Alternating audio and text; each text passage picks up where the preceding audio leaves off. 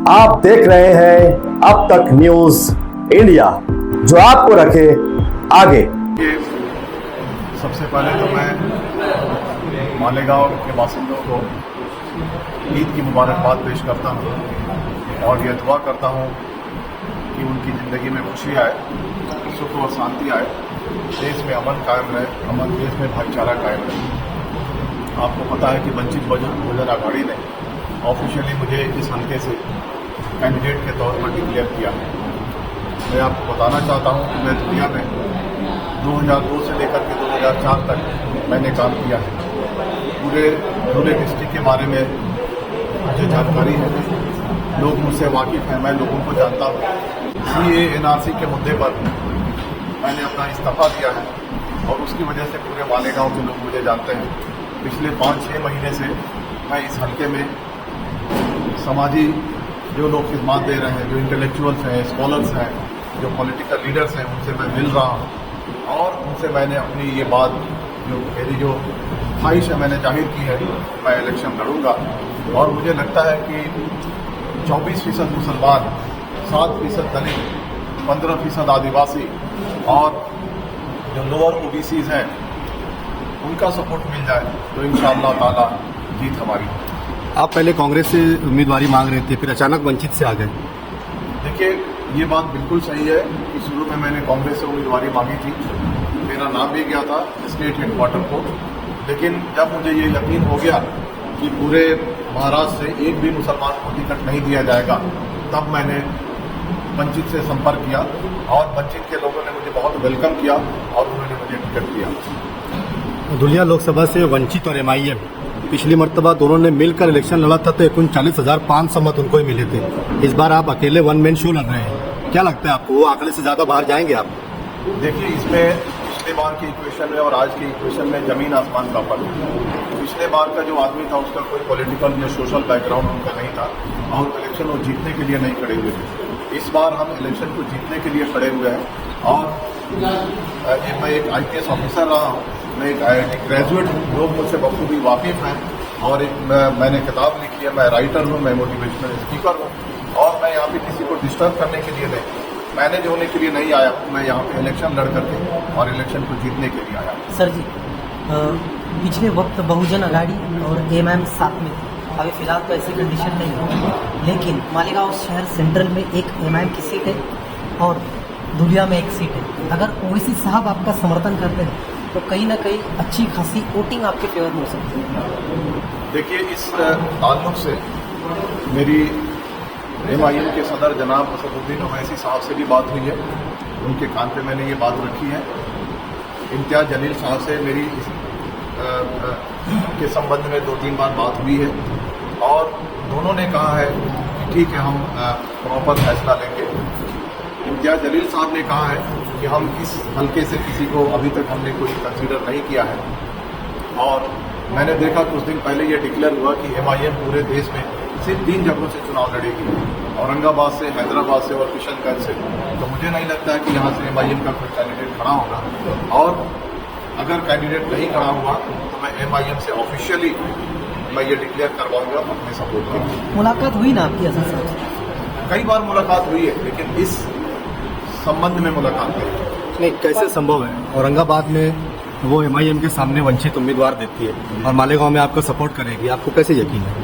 देखिए, ये कहीं मुझे लगता है कि कहीं ना कहीं कुछ इंटरनल बातें हैं, कुछ कन्फ्यूजन है जो वंचित ने वहाँ पे कैंडिडेट दिया है और इस रिलेशन में मेरी बात भी हुई है जो वंचित के जो जिम्मेदारान हैं कि ये बात सही नहीं है और जो वहाँ पे कैंडिडेट खड़ा है उसको वापस लिया जाना चाहिए और जो वंचित बहुजन आघाड़ी है उसको ऑफिशियली डिक्लेयर करना चाहिए कि वे इम्तियाज़ जलील को सपोर्ट करें। सर आप मुस्लिम बोल के इस कॉन्स्टिट्यूंसी में इलेक्शन के लिए आए हैं, उम्मीदवारी कर रहे हैं, लेकिन वंचित बहुजन आघाड़ी पर मुस्लिम क्यों भरोसा करें? सवाल। देखिए, मैं आपको बता दूं, कुछ दिन पहले दिल्ली में सड़कों पर हमारे मुसलमान भाई कुछ नमाज पढ़ रहे थे। एक पुलिस वाला आया और उसने अपने जूते से नमाजियों पे हमला किया। ये बात सभी लोगों ने देखी होगी। कांग्रेस के किसी भी नेता ने आवाज उठाई? कांग्रेस के किसी भी नेता ने आवाज़ नहीं उठाई कि यह गलत हुआ है और जिस ऑफिसर ने ये काम किया है उस पर कार्रवाई होनी चाहिए। वंचित बहुजन आघाड़ी के राष्ट्रीय अध्यक्ष डॉक्टर प्रकाश अंबेडकर ने कहा कि जिस तरह से पुलिस वाले ने नमाजियों पे जूते से हमला किया है, आप भी बीजेपी और आरएसएस को जूते से मारिए और उनको सत्ता से बाहर कीजिए। क्या ये आपके लिए काफ़ी नहीं है? और जब भी आपका मुद्दा आता है, हज़रत पाक सल्लल्लाहु अलैहि वसल्लम के शान में गुस्ताखी की जितनी बातें हुई हैं महाराष्ट्र में, इसमें उन्होंने डिमांड किया है कि इस पर कानून बनना चाहिए।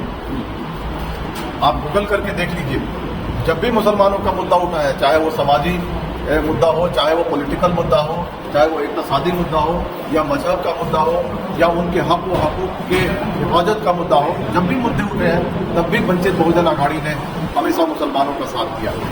बीजेपी को हराने के लिए प्रकाश अंबेडकर जो है महाविकास अघाड़ी का हिस्सा बन रहे थे, तालमेल जारी था 6 महीनों से। 8 सीटों को लेकर वो अलहदा हो गए, तो कहीं बीजेपी से अंदरूनी तौर पर डीलिंग तो नहीं हो गई? देखिए, कोई डीलिंग नहीं हुई है। जहाँ तक मुझे पता है, डॉक्टर प्रकाश अंबेडकर ने कहा था कि जीतने के बाद शिवसेना, बीजेपी या राष्ट्रवादी के लोग बीजेपी में शामिल नहीं होंगे, आप लिख करके दीजिए। किसी ने लिख करके नहीं दिया। अब आप बताइए कि ज़्यादा सेकुलर कौन है? जब ये सीटों के बंटवारे की गुफ्तगू चल रही थी तो 3 पार्टियां अंदर बात करती थी और वंचित बहुजन आघाड़ी के जो नुमाइंदे थे उनको बाहर रखा जाता था। उनसे 2 या 3 मिनट बात की जाती थी। 2 या 3 सीटें उनको ऑफर की गई थी और ऐसी सीटें ऑफर की गई थी जहां पर आज तक इन पार्टियों ने कोई इलेक्शन नहीं लड़ा। और वंचित बहुजन आघाड़ी के बारे में तरह तरह की अफवाहें फैलाई गई कि 27 सीट मांग रहे हैं। 27 सीट नहीं मांगे थे। जब शुरुआती मीटिंग हुई थी तो मीटिंग में पार्टियों ने पूछा था कि भाई आप कितनी सीटों पे आप काम कर रहे हैं? इन्होंने कहा कि हम 27 सीटों पे काम कर रहे हैं। उसको अफवाह के तौर पे फैलाया गया कि प्रकाश अंबेडकर साहब 27 सीटें मांगे। ये बात गलत है। अगर 4 ही सीट दी जाती, 5 ही सीट दी जाती, उनको सम्मान के साथ दिया जाता, उनको इज्जत के साथ दी जाती और जीतने वाली सीट दी जाती, तो आज वंचित बहुजन आघाड़ी महाविकास आघाड़ी का एक हिस्सा होती। लेकिन ये नहीं किया गया और ये जो हुआ, वंचित बहुजन आघाड़ी आज महाविकास आघाड़ी में नहीं है। इसमें वंचित बहुजन आघाड़ी के कोई दोष नहीं है। दोष शिवसेना का है, दोष कांग्रेस का है, दोष राष्ट्रवादी कांग्रेस पार्टी का। सर, एक आखिरी सवाल। आप एक IPS हैं, आप एक जॉब छोड़कर राजनीति में, राजकारण में आ रहे हैं, क्या मकसद है आपका? पार्लियामेंट में 14.2% मुसलमानों की नुमाइंदगी सिर्फ 4% है। हमारे 78 MPs होने चाहिए, आज सिर्फ 24 और 25 पे हम लटके हुए हैं। मैं मुसलमानों को राजनीतिक तौर पर मैं बेदार करना चाहता हूँ और राजनीतिक बेदारी आई तो हर तरह की बेदारी आएगी। मैंने अपने किताब में absent in politics and power में ये लिखा है कि पॉलिटिकल एम्पावरमेंट इज की टू ऑल एम्पावरमेंट। अगर सियासी तौर पर अगर मुसलमान मजबूत होता है, सियासी तौर पर अगर वो अपने हक और हुकूक हासिल करता है, तो बाकी चीज़ों पर ज़्यादा काम करने की ज़रूरत नहीं है। मैं चाहता हूँ कि मैं यहाँ पे आने के बाद मुसलमानों को जागरूक करूँ और मुसलमानों के साथ साथ जो वंचित है, वंचित किसको कहा जाता है? डिप्राइव्ड को कहा जाता है।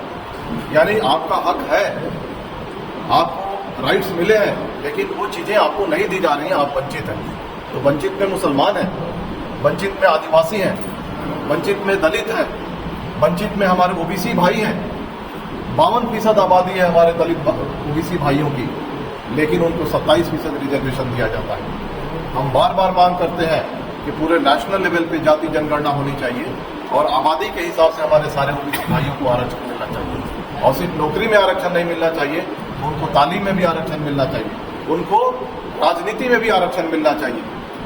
जिस तरह से आरक्षण आज दलित और आदिवासी भाइयों को मिलता है, सेम रिजर्वेशन हमारे OBC भाइयों को मिलना चाहिए। तो जो वंचित हैं, OBC हो, दलित हो, आदिवासी हो, मुसलमान हो, गरीब हो, किसान हो, उन सब के लिए मैं काम करना चाहता हूँ। ओके।